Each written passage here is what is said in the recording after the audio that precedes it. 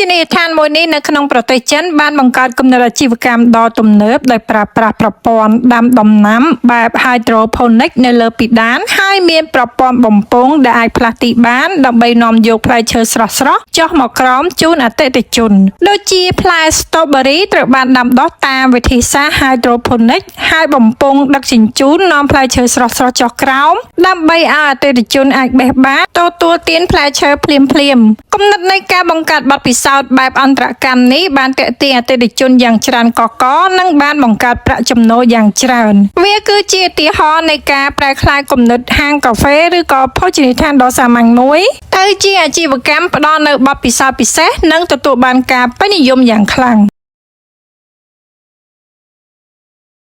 ភោជនីយដ្ឋានមួយនេះនៅក្នុងប្រទេសចិនបានបង្កើតគំនិតអាជីវកម្មដ៏ទំនើបដោយប្រើប្រាស់ប្រព័ន្ធដាំដំណាំបែប hydroponic នៅលើពិដានហើយមានប្រព័ន្ធបំពង់ដែលអាចផ្លាស់ទីបានដើម្បីនាំយកផ្លែឈើស្រស់ៗចុះមកក្រោមជូនអតិថិជនដូចជាផ្លែ Strawberry ត្រូវបានដាំដុះតាមវិធីសាស្ត្រ hydroponic ហើយបំពង់ដឹកជញ្ជូននាំផ្លែឈើស្រស់ៗចុះក្រោមដើម្បីឲ្យអតិថិជនអាចបេះបានទទួលទានផ្លែឈើភ្លាមៗគំនិតនៃការបង្កើតបទពិសោធន៍បែបអន្តរកម្មនេះបានទាក់ទាញអតិថិជនយ៉ាងច្រើនកកកនិងបានបង្កើតប្រាក់ចំណូលយ៉ាងច្រើនវាគឺជាឧទាហរណ៍នៃការប្រែក្លាយគំនិតហាងកាហ្វេឬក៏ភោជនីយដ្ឋានដ៏សាមញ្ញមួយទៅជាអាជីវកម្មផ្ដល់នូវបទពិសោធន៍ពិសេសនិងទទួលបានការពេញនិយមយ៉ាងខ្លាំង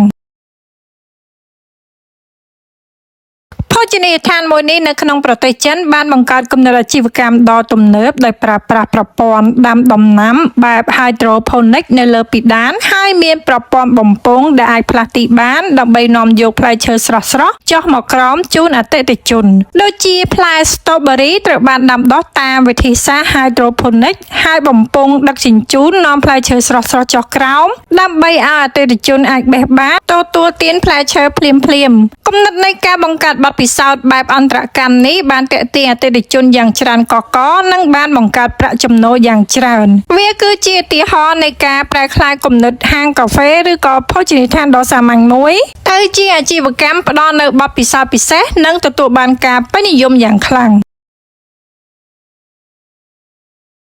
ភោជនីយដ្ឋានមួយនេះនៅក្នុងប្រទេសចិនបានបង្កើតគំនិតអាជីវកម្មដ៏ទំនើបដោយប្រើប្រាស់ប្រព័ន្ធដាំដំណាំបែប hydroponic នៅលើពិដានហើយមានប្រព័ន្ធបំពង់ដែលអាចផ្លាស់ទីបានដើម្បីនាំយកផ្លែឈើស្រស់ៗចុះមកក្រោមជូនអតិថិជនដូចជាផ្លែ Strawberry ត្រូវបានដាំដុះតាមវិធីសាស្ត្រ hydroponic ហើយបំពង់ដឹកជញ្ជូននាំផ្លែឈើស្រស់ៗចុះក្រោមដើម្បីឲ្យអតិថិជនអាចបេះបានទទួលទានផ្លែឈើភ្លាមៗគំនិតនៃការបង្កើតបទពិសោធន៍បែបអន្តរកម្មនេះបានទាក់ទាញអតិថិជនយ៉ាងច្រើនកកកនិងបានបង្កើតប្រាក់ចំណូលយ៉ាងច្រើនវាគឺជាឧទាហរណ៍នៃការប្រែក្លាយគំនិតហាងកាហ្វេឬក៏ភោជនីយដ្ឋានដ៏សាមញ្ញមួយទៅជាអាជីវកម្មផ្ដល់នូវបទពិសោធន៍ពិសេសនិងទទួលបានការពេញនិយមយ៉ាងខ្លាំង